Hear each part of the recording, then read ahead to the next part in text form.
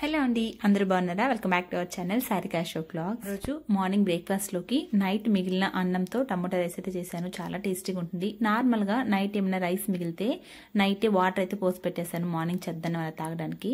But ఆ రోజు మర్చిపోయాను, ఇంకా అందుకని టమోటా రైస్ అయితే చేశాను. ఇంకా సింపుల్ గానే అయిపోతుంది కదా బ్రేక్ఫాస్ట్ అని ప్రశాంతంగా అయితే ఒక 1 hour దాకా అయితే యోగా చేసుకున్నాను. పిల్లలు కాస్త లేటుగా లేచారు ఆ రోజు. ఇలా మార్నింగ్ బ్రేక్ఫాస్ట్ లోకి రైస్ ఏమైనా తీసుకుంటూ ఉన్నామంటే ఖచ్చితంగా ప్రోటీన్ ఉండేలాగా చూసుకుంటాను. ఆ రోజు అయితే ఆమ్లెట్ అయితే వేసాను. సో అలా సింపుల్ గా అయితే బ్రేక్ఫాస్ట్ అయితే ఫినిష్ చేసాం.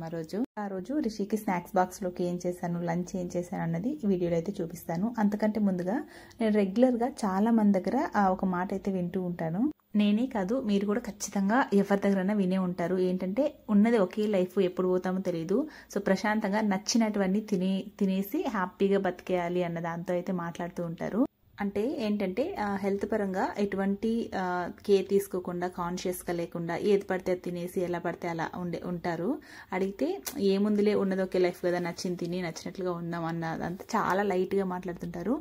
బట్ ఏంటంటే మనం దేన్ని గ్రాంటెడ్గా తీసుకోకూడదు. ముఖ్యంగా మనం సింగిల్గా ఉన్నట్లయితే నో ప్రాబ్లం, ఎవ్వరూ అడిగే వాళ్ళు ఉండరు, హ్యాపీగా ఉండిపోవచ్చు మనకి నచ్చినట్లుగా. అలా కాకుండా మనకు ఒక ఫ్యామిలీ ఉండి పిల్లలు ఉంటే ఖచ్చితంగా మనమైతే మన హెల్త్ పట్ల అలానే మన లైఫ్ పట్ల ఒక రెస్పాన్సిబుల్గా ఉండాలి అనేది నేనైతే చాలా గట్టిగా నమ్ముతాను. ఎందుకంటే మనకేమన్నా అయితే ఫర్ ఎగ్జాంపుల్ ఏదన్నా హెల్త్ ఇష్యూ ఏదొచ్చినా ఖచ్చితంగా మనతో పాటు పక్కన వాళ్ళు కూడా సఫర్ అవుతారు. దానికంటే ముందుగా పిల్లలు డైరెక్ట్గా ఇండైరెక్ట్గా చాలా ఎక్కువ సఫర్ అవుతూ ఉంటారు. సో కాబట్టి మనల్ని నమ్ముకొని కొంతమంది ఉన్నప్పుడు ఖచ్చితంగా మన హెల్త్ పట్ల మనం రెస్పాన్సిబుల్గా చాలా బాధ్యతగా ఉండాలి. అంటే మనం ఎంత పర్ఫెక్ట్గా ఉన్నా కూడా ఏం హెల్త్ ఇష్యూస్ రావా అదంతా అలా అని కాదు, వచ్చేటివి ఎలానో వస్తాయి. బట్ మన సైడ్ నుంచి మనమైతే కొంచెం కరెక్ట్గా ఉండడానికి ట్రై చేయాలి. వచ్చేదాన్ని మనం ఎలానో ఆపలేము. దీని గురించి చాలా మందికి చాలా ఒపీనియన్స్ అయితే ఉంటాయి. బట్ నా ఒపీనియన్ అయితే ఇది. సో మన హెల్త్ పట్ల మనమైతే ఖచ్చితంగా రెస్పాన్సిబుల్గా ఉండాలి. మనల్ని నమ్ముకొని పిల్లలు ఫ్యామిలీ ఇలా ఉంటుంది కాబట్టి ఖచ్చితంగా మన హెల్త్ని మనమే జాగ్రత్తగా చూసుకోవాలి. ఇంట్లో ఆడవాళ్ళు హెల్తీగా ఉంటేనే ఫ్యామిలీ మొత్తం హ్యాపీగా హెల్తీగా ఉంటారు అన్నది ఖచ్చితంగా నిజమండి. ఇది మాత్రం నేను దీనికి ఒక చిన్న ఎగ్జాంపుల్ అయితే చెప్తాను. నేను ఫస్ట్ నుండి కాస్త హెల్త్ కాన్షియస్గానే ఉంటాను.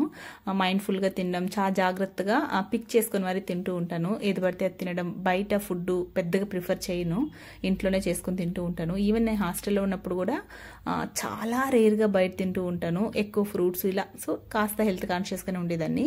మ్యారేజ్ అయిన తర్వాత అంతా నార్మల్గానే అలా జరుగుతూ వచ్చింది. ఫస్ట్ ప్రెగ్నెన్సీ నాకు నార్మల్ డెలివరీ అయింది రిషి. సో దాని తర్వాత కూడా ఓకే అంతా నార్మల్గానే ఉంది. బట్ రిషికి 1 year దగ్గర వచ్చేటప్పటికి నాకు ఎందుకు సివియర్ బ్యాక్ పెయిన్ అయితే స్టార్ట్ అయింది. ఎందుకు స్టార్ట్ అయిందో తెలీదు.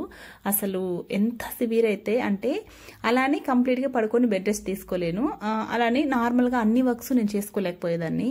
నార్మల్గా ఏంటంటే నేను రిషిని ఎత్తుకొని అన్ని వర్క్స్ చూసుకునేదాన్ని, ఇంటి పని వంట పని అన్నీ చేసుకునేదాన్ని ఎటువంటి ఇబ్బంది లేకుండా. బట్ ఎప్పుడైతే బ్యాక్ పెయిన్ స్టార్ట్ అయిందో కనీసం వంగి అలా లేలేకపోయేదాన్ని. రిషిని అప్పుడు జస్ట్ 1 year తనకి ఎత్తుకోవాల్సి వచ్చేది, అస్సలు ఎత్తుకోలేకపోయేదాన్ని. ఎంత ఇబ్బంది పడ్డానంటే అసలు ఇంకా దాన్ని ఎక్స్ప్లెయిన్ చేయలేను. ఫుల్ ఏడ్చేదాన్ని, నాకు నేనే ఏడ్చేదాన్ని. అంటే రీజన్ తెలీదు ఎందుకు సడన్ గా స్టార్ట్ అయిన పెయిన్. డాక్టర్ దగ్గరికి వెళ్తే కాస్త మెడిసిన్స్ అయితే ఇచ్చారు, కొన్ని రోజులు వాడాను. బట్ నాకైతే ఏమంత రిలీఫ్ అనిపించలేదు. వాళ్ళేంటంటే మెడిసిన్తో పాటు కాస్త రెస్ట్ తీసుకోవాలి, ఇలా పిల్లలు లిఫ్ట్ చేసి ఉండడం అలా అయితే ఎక్కువ చేయొద్దండి, ఎక్కువసేపు నిల్చోవడం అలా చేయొద్దని అని చెప్పారు. బట్ ఆ టైంలో ఎంత కష్టం అనిపించిందంటే రిషి నాకు ఒక్కటికే అలవాటు, బాగా ఎవరి దగ్గరికి అంతగా వెళ్ళకపోయేవాడు. నేను పెడితేనే తినేవాడు, నాతోనే పడుకునేవాడు. అంటే ఎంత అడిక్టెడ్ అంటే ఇంకా నేను లేకపోతే ఒక్క నిమిషం కూడా ఉండడు. అలాంటప్పుడు నాకు అలా పెయిన్ ఉన్నప్పుడు ఎంత ఎంత పెయిన్ఫుల్గా అనిపించింది అంటే ఆ సిచ్యువేషను. తను ఏడుస్తూ ఉంటాడు, నేనే ఎత్తుకోంటాడు. ఈవెన్ మా ఆయన ఎత్తుకున్నా, తను బాగా చేపించిన, దాన్ని ఫీడ్ చేసిన అసలు తినకపోయేవాడు. ఇంకా అసలు ఎంత పెయిన్ఫుల్గా ఉందంటే నాకు ఆ డేస్ అంతా అసలు ఎవరికి ఎక్స్ప్రెస్ చేయలేకపోయేదాన్ని. దాని తర్వాత నాకు నేనే రియలైజ్ అయ్యి నా లైఫ్ స్టైల్ని కొంచెం మార్చుకున్నాను. అంటే ఫస్ట్లో పెళ్లి కాకముందు, పెళ్ళి అయిన తర్వాత కూడా రిషి కడుపులో పడకముందు వరకు యోగా చేసుకునేదాన్ని రెగ్యులర్గా. బట్ బదులు అయితే గ్యాప్ వచ్చేసింది.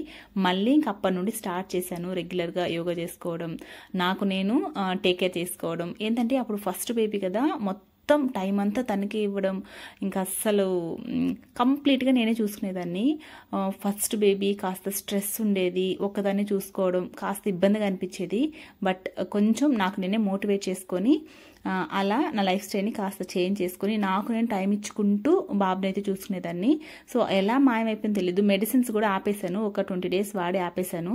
రెగ్యులర్గా ఇలా యోగా చేసుకోవడం, కాస్త వాక్కి వెళ్ళడం ఇలా చేసుకుంటూ కొన్ని డేస్కి అయితే బ్యాక్ పెయిన్ అయితే తగ్గిపోయింది పూర్తిగా.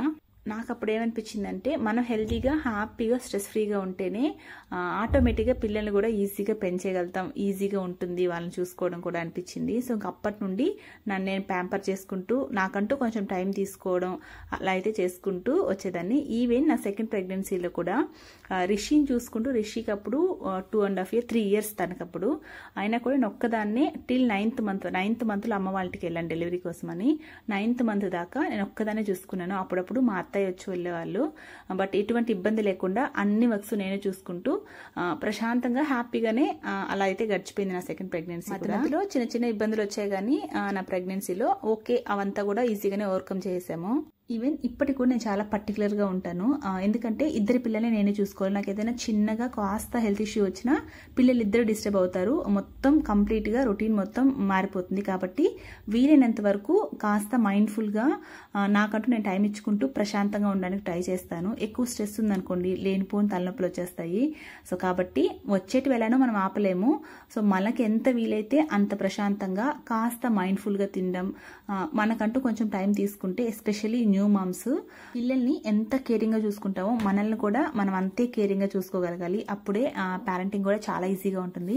సో ఇదంతా నేను ఎందుకు చెప్తున్నానంటే మనం దేన్ని గ్రాంటెడ్గా తీసుకోకూడదు, మనం ప్రతి దానికి థ్యాంక్ఫుల్గా ఉండాలి. సో ఇది నేను ఈ వీడియో ద్వారా చెప్పాలి అనుకున్నది. ఆ రోజు మార్నింగ్ బ్రేక్ఫాస్ట్లోకి టమాటో రైస్ ఆమ్లెట్ అయితే వేసాను చెప్పాను కదా. లంచ్లోకి ఆకుపప్పు ఎగ్స్ అయితే బాయిల్ చేశాను.